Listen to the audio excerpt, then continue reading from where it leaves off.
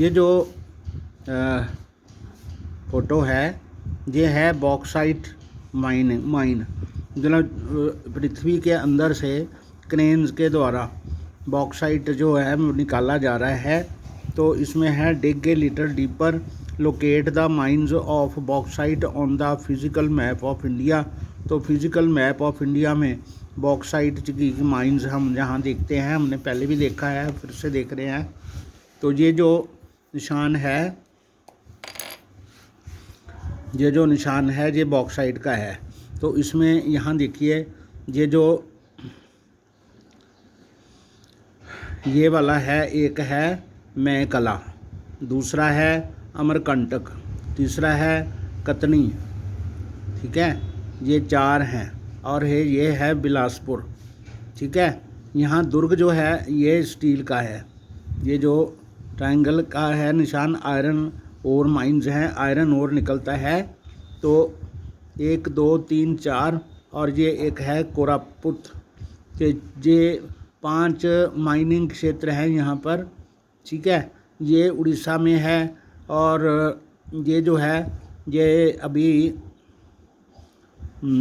मध्य प्रदेश से एक स्टेट नई बनी है छत्तीसगढ़। तो ये 3 जो हैं ये छत्तीसगढ़ में हैं और एक ये जो है वो मध्य प्रदेश में है, कतनी, और अमरकंटक जो है वो बॉर्डर पे है, ठीक है। और यहाँ पर ये जो 3 ये वाले जो हैं ये मैंगनीज़ के हैं, मैंगनीज़ के ये वाले निशान जो हैं वो मैंगनीज़ के हैं। और ये भी जो है सदारगढ़ सुंदरगढ़ है, ये भी मैंगनीज़ का है। मैंगनीज़ यहाँ पर भी है, गोवा में भी है और ये शिमोगा में भी है, ठीक है। और बाकी सारे देश में यहीं पर है ये माइंस, जो बॉक्साइट की माइंस हैं। तो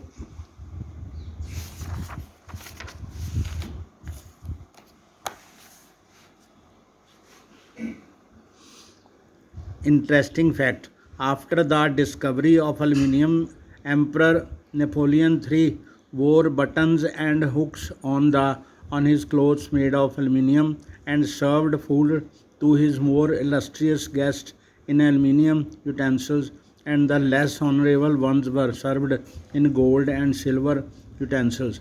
जब एल्युमिनियम की खोज हुई तो जो सम्राट नेपोलियन III था, उसने अपने कोट पर, कपड़ों पर जो बटन थे वो एल्युमिनियम के और हुक्स जो थी वो भी एल्युमिनियम की बनवाई।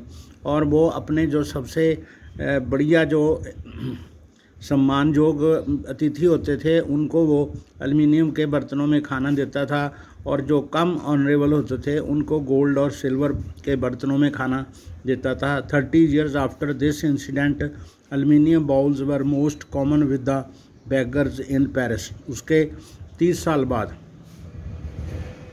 जो पेरिस का शहर है, फ्रांस का जो राजा था, ये जो नेपोलियन है, तो आम जो लोग थे, आम जो भिखारी थे, उनके पास सबसे ज़्यादा एल्युमिनियम के बाउल्स जो प्याले थे भिखारियों के पास पहुंच गए। यानी उसका इतनी ज़्यादा मात्रा में एल्युमिनियम का निर्माण हुआ, उसका उत्पादन हुआ। नॉन मेटेलिक मिनरल्स, तो अधातु खनिज हैं ये। अधातु खनिज, mica is a mineral made up of series of plates और लीव्स। तो उसके पत्थर होते हैं, साथ साथ में जुड़े हुए होते हैं। तो ऐसा एक मिनरल है mica. In spite it splits easily into thin sheets. तो ये जो होता है थिन शीट्स में अलग हो जाता है। These sheets can be so thin that 1000 can be layered into A mica sheet of a few centimetre high. तो जो 1000 इसकी शीट्स होती हैं, अगर उनको लेयर में बनाया जाए तो उसका फ्यू सेंटीमीटर ही मोटा बनता है। माइका कैन बी क्लियर, तो ये क्लियर होता है, इसमें से थोड़ा लाइट पास करती है, ट्रांसपेरेंट होता है। ब्लैक होता है, ग्रीन, रेड, येलो और ब्राउन कलर का होता है। Due to its excellent dielectric strength, इसकी डाइलेक्ट्रिक स्ट्रेंथ है, ये ऐसी स्ट्रेंथ है जिसके कारण इसको एज ए इंसुलेटर यूज़ होता है। लो पावर लॉस फैक्टर, यानी इसमें पावर की लॉस नहीं होती, हीट को ये कंडक्ट नहीं होने देता और इलेक्ट्रिसिटी को भी कंडक्ट नहीं होता। तो ये इंसुलेटिंग प्रॉपर्टीज़ है इसकी।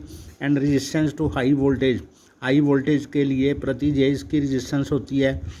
तो mica is one of the most indispensable minerals used in electrical and electronic industry. तो हमारे पास जो घर में जो प्रेस होती है, जहाँ एक टीवी का काम करने वाले जो सोल्डरिंग आयरन यूज़ करते हैं, उसके अंदर जो एलिमेंट होता है वो माइका की शीट्स के अंदर बंद होता है इंसुलेटिंग की वजह से, नहीं तो वो बाहर की बॉडी में करंट आ जाएगा। तो वहाँ पर माइका यूज़ होता है। तो mica deposits are found in northern edge of Chota Nagpur plateau, Koderma, Gaya, Hazaribagh belt of Jharkhand is the leading producer.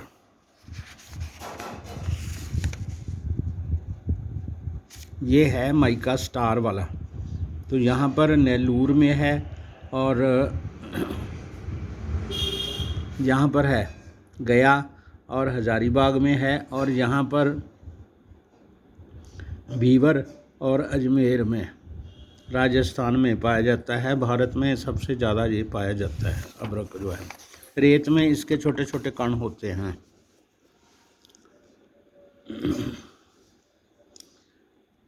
In Rajasthan, the major mica producing area is around Ajmer.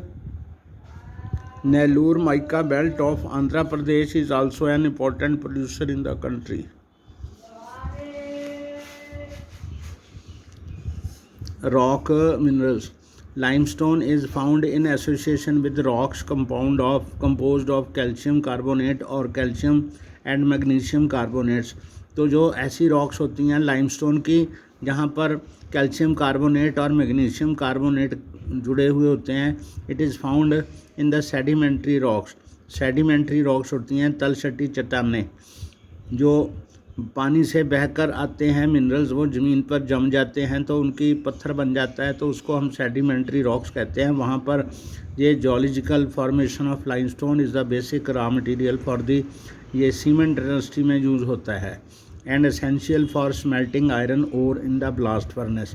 तो एक ब्लास्ट फर्नेस होती है, भट्ठी होती है, जिसके अंदर कोक डाल के और आयरन डाल के साथ में ये लाइमस्टोन डाल के हम लोहे को पिघलाते हैं और उसके ओर में से आयरन, शुद्ध आयरन प्राप्त करते हैं, उसको ब्लास्ट फर्नेस कहते हैं।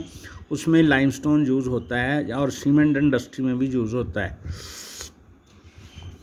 तो ये है एक आंध्र प्रदेश में 20% है और कर्नाटका में 30% है production of limestone, showing state wise share in percentage. 2009-10 की जो सर्वे है, इसमें पाई चार्ट बनाया गया है। तो 50% बाकी सारे देश में, और आंध्रा में 20% और कर्नाटका में 30%। लाइमस्टोन जो होता है वो चूने का पत्थर होता है, इसको गर्म करने से चूना बनता है, जो चूना हम वो लाइनिंग लगाने के लिए यूज़ करते हैं।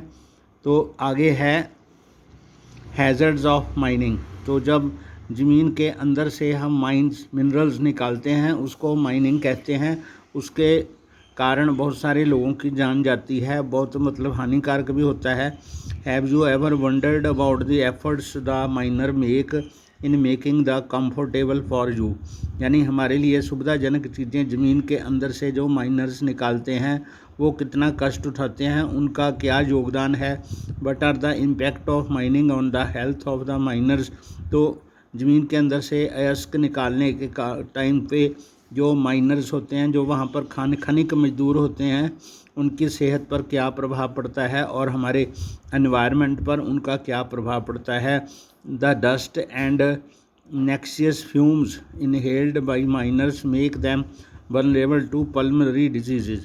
पल्मोनरी डिजीज़ होती हैं, जो फेफड़ों की बीमारियां होती हैं, उनको पल्मोनरी डिजीज़ कहते हैं, क्योंकि वहाँ की जो धूल होती है वो फेफड़ों में जम जाती है, सीमेंट की तरह फेफड़ों के अंदर जम जाती है। हमारे जो फेफड़े के अंदर जो बुलबुले टाइप होते हैं वो वहाँ पर जम जाते हैं, तो उनको फेफड़े के अंदर सांस की दमे की बीमारियां हो जाती हैं। The risk of clasping mine roofs, तो जो उनकी छतें होती हैं वो गिर सकती हैं और inundation and fires are in coal mines, कोले की माइन जो होती हैं वहाँ पर मीथेन या वो दूसरी गैसेस भी होती हैं साथ में।